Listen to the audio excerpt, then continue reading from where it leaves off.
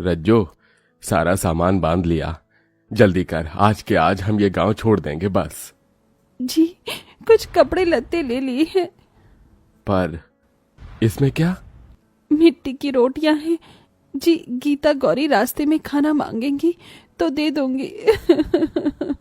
कहते कहते रज्जो फूट फूट के रोने लगती है। गीता और गौरी भी बहुत रोती हैं। तुम मत रो, चुप हो जाओ, चुप हो जाओ माँ। तुमको रोता देखकर हमको भी रोना आता है। रज्जो चल, अगर हमको जिंदा रहना है तो इस गांव से चलना पड़ेगा। हरिया सिर पर गठरी उठाता है और पत्नी गीता गौरी का हाथ पकड़े अपने फूटे टूटे हुए गरीब से घर को देखते हुए निकल जाते हैं। और उनके संग संग कई और गरीब परिवार भी गांव छोड़कर जा रहे थे। वहीं एक छोटी सी झोपड़ी के बाहर बहुत ही दुबला पतला शरीर लिए बैठी एक बुढ़िया सबको जाते देखकर दुख में रोती है। अरे कहाँ जा रहे हो तुम सब? मत जाओ इस बुढ़िया को छोड़कर, रुक जाओ। नहीं काकी, अब इस गांव में कुछ भी नहीं रह गया है। परिवार के परिवार मर गए। भूखमरी में इससे बढ़िया परदेश में कमा कर खा लेंगे।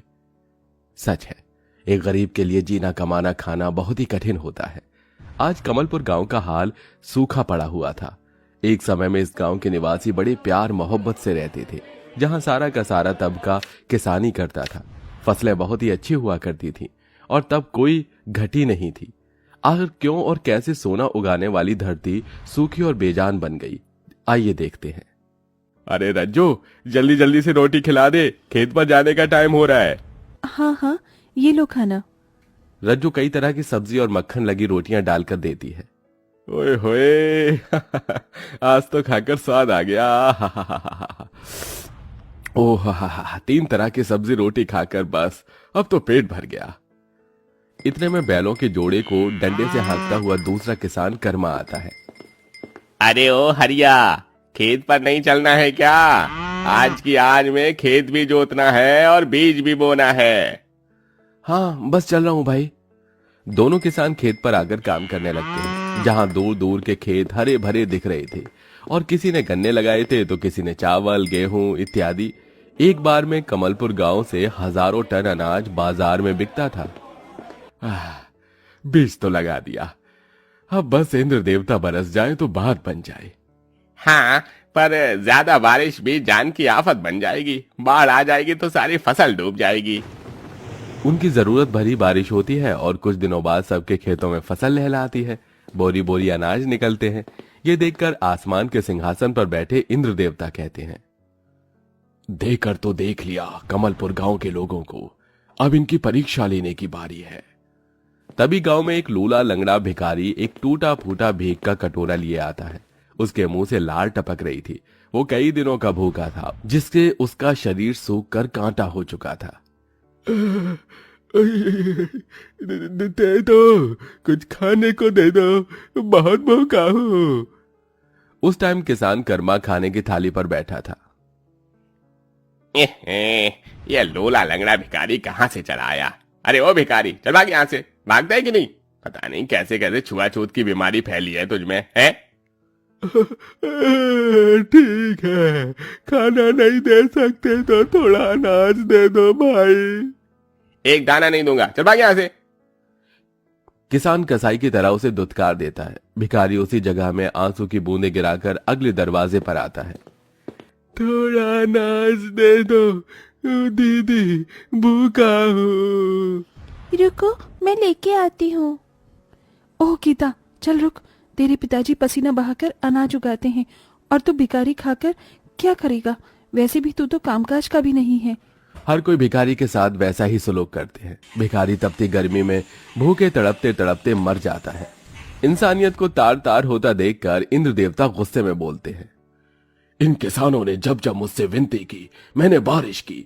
इनके पास इतना अन्न होते हुए भी इनमें देने का दिल नहीं है। आज एक गरीब ने भूख से और गर्मी से अपनी जान गंवा दी। आज से इस गांव की धरती सोना नहीं बल्कि आग उगलेगी। हर इंसान अन्न के एक एक दाने दाने के लिए तरसेगा। गांव पर श्राप का असर शुरू हो जाता है और खेतों की सारी फसल आग लगकर खुद जल जाती है। भयंकर गर्मी पड़ने की वजह से धरती फटने लगती है। सूरज तपने वाली गर्मी पैदा करता है। पूरे गांव पर गर्मी का मौसम जैसे बाढ़ बनकर टूट पड़ा था। माँ, पिताजी, मुझे भूख लगी है, पेट में दर्द हो रहा है। क्या खिलाऊं मेरी बच्ची? अब तो कुछ भी नहीं बचा है। गर्मी का मौसम इतनी बदहाली तो कभी नहीं लाया। बेटियों को भूख से तड़पता देखकर रज्जो मजबूर लाचार होकर जमीन की मिट्टी खोदकर रोटियां खिलाती है। ये लो, खा लो, मिट्टी खाकर ही जितने दिन मालिक ने हमारी किस्मत में जीना लिखा होगा हम जिएंगे, फिर सबकी तरह हम भी मर जाएंगे। बस बहुत हो गया, मैं तुम में से किसी को नहीं मरने दूंगा, हम ये गांव छोड़ देंगे। हरिया गांव में मचे गर्मी के बाढ़ के चलते वो त्याग कर गांव शहर चल देता है। लो वाली गर्म हवा साए साए आम गरीबों के शरीर में लग रही थी और चिलचिलाती हवा सूरज उनके दुख को बढ़ा रही थी। माँ, पिताजी, और नहीं चला जा रहा। ये जमीन तवे जितनी गर्म है, गोदी में ले लो। लेकिन इतने दिनों तक भूखमरी और गर्मी की बाढ़ का कहर झेलकर दोनों के शरीर में शक्ति नहीं थी। गौरी चक्कर खाकर गिर जाती है। गौरी बेटी, आंखें खोल, खोला, अजी कुछ करो। आंखों में आंसू लिए हरिया आ रही जा रही संपत्ति वालियों की गाड़ियों को रोकता है। साहब साहब, गाड़ी रोको, थोड़ा पानी दे दो, मेरी बच्ची बेहोश है, थोड़ा पानी दे दो, भगवान तुम्हारा घर आबाद रखे, अरे पानी दे दो। चला गरीब कहीं का। कोई उनकी मदद नहीं करता। तभी एक गड्ढे में रज्जो गंदा पानी देखती है और अपनी साड़ी के आंचल से उसे ही छान कर बेटी को पिलाती है। पानी, पानी, पानी। हाँ हाँ, ये ले मेरी बच्ची। रज्जो, धूप बड़ी तेज है और रास्ता इतना दूर लंबा है, चल वहां थोड़े पेड़ हैं, उनकी छांव में बैठते हैं। पूरा परिवार जंगल में आके बैठ जाता है। ठंडी ठंडी हवा लगने पर सबको नींद आ जाती है, लेकिन हरिया सिसके जा रहा था। अरे कभी सोचा नहीं था अपने पुरखों की जमीन छोड़कर परदेश में आऊंगा। क्या भूल चूक हुई मुझसे भगवान। रोते रोते उसकी आंख लग जाती है, जहां वो एक सपना देखता है, जहां उसको पचरंगा खेत दिखता है जिसमें 5 तरह की सब्जियां, 5 तरह के फल और 5 तरह के ही अनाज, जौ, बाजरा, गेहूं, मक्का, धान लहला रहे थे और खूब चमक रही थी। आओ हमारे पास आओ हरिया, और जिसकी भी जरूरत लगे उसे तोड़ लो। हरिया पास आकर अनाजों में बालियां तोड़ता है। तुम्हारे गांव ने उस दिन भिखारी को अनाज न देकर हमारा निरादर किया था, इसीलिए तुम्हारे गांव पर गर्मी बाढ़ बनकर आई है।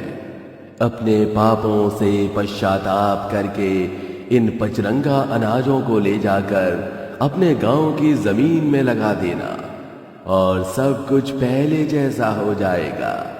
क्या सचमुच सचमुच ऐसा होगा ना? तभी वो सपने से बाहर आ जाता है और वहीं जादुई 5 किस्म के अनाज उसके हाथ में थे। वो सपने का अर्थ अपनी पत्नी को बताता है।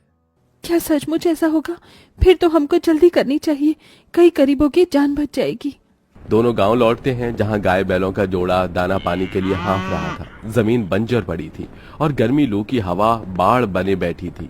पर हरिया जैसे ही उन 5 किस्म का अनाज, जादुई अनाज खेत में लगाता है तो सबके सब खेत हरे भरे पैदावार से भर जाते हैं और हवा में ठंडक आ जाती है। गर्मी की बेतहाशा बाढ़ का मौसम सुहावना हो जाता है। जानवर भी सांस ले पाते हैं। अरे सब कुछ पहले जैसा हो गया।